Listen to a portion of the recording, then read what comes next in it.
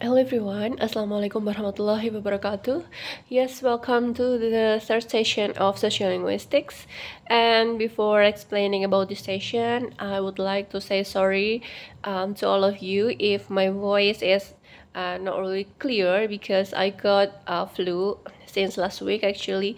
But yes, my voice is still like that, so I hope that this voice is clear enough for you in this video. Okay, so yes, we have arrived in this third session. Nah, before explaining about the materials in this session, I would like to review some of the points in the second session. So in the second session, we talk much about code switching and then code mixing and bilingualism. Yes, bilingualism is actually the ability of someone to use a language more than one. So he is or she or he is not just was that passive user of the language, but instead they can use the language effectively, both language. So we use to call them bilingual.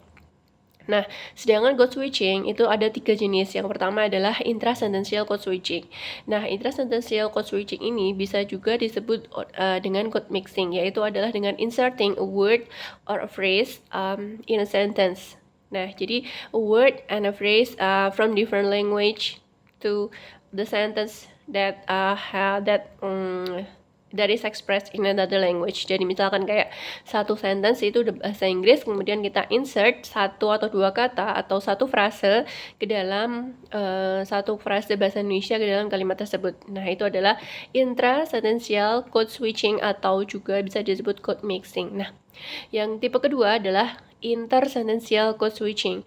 Intersentensial code switching was that require someone to switch between one language to another language between sentences. Jadi satu sentence is finished first and then continued with the second sentence in another language.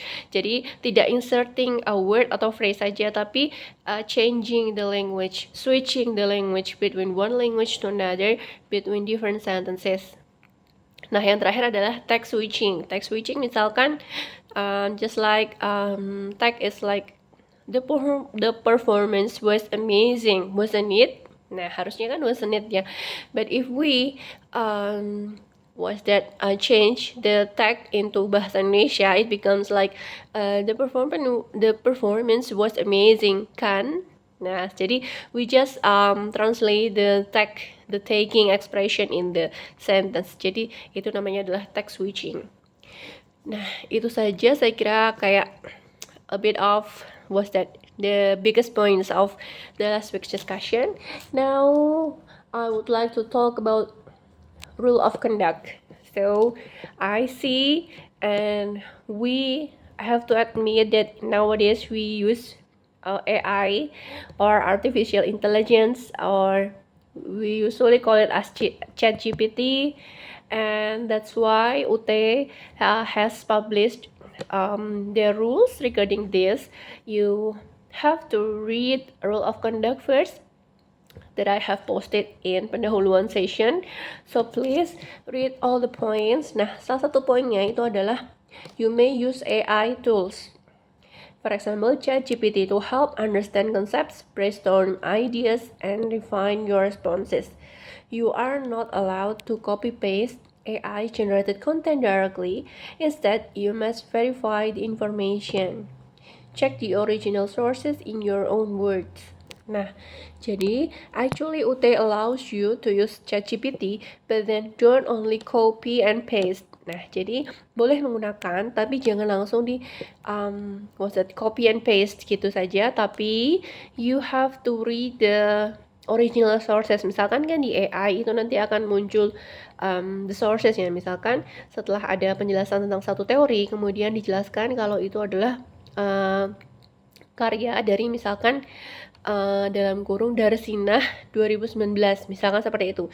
So you have to read the original source. Misalkan you have the access to read Darsinah's book, then please read the original book.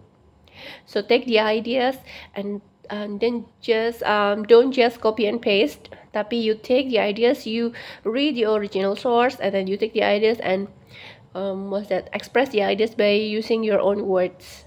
Nah, itu adalah aturan dari UT. If you refer to AI generated content, cite it properly by mentioning the tool and the date of the access and include the prompt or instruction that you used and responses given by AI. Nah, misalkan if you use ChatGPT and then there's an answer, nah you have to include the answer and then cite mention that it is from AI. Misalkan open bla bla bla bla bla and then dalam kurung open AI, 2024 bla bla bla. Prompt example. Prompt itu adalah kata-kata apa yang kita masukkan ke dalam ChatGPT. Nah, jadi include jawabannya, kemudian include juga promptnya di dalam post yang kalian posting di discussion forum atau di tugas. Nah, seperti itu. Jadi mention dulu promptnya yang dimasukkan ke ChatGPT apa, kemudian mention the answer from ChatGPT. Kemudian also explain the answer by using your own words. Nah, seperti itu. Silahkan untuk lebih lengkapnya rule of conduct-nya dibaca dan diimplementasikan di perkuliahan kita di unit sosiolinguistik ini ya. Okay, let's go on to the third session of this unit. Nah, in this third session, we talk about the nature of dialect. Nature of dialect. What is dialect? Kemudian the key criteria for differentiating languages from dialects, kemudian regional and social dialects, the differences between British and American English, yaitu adalah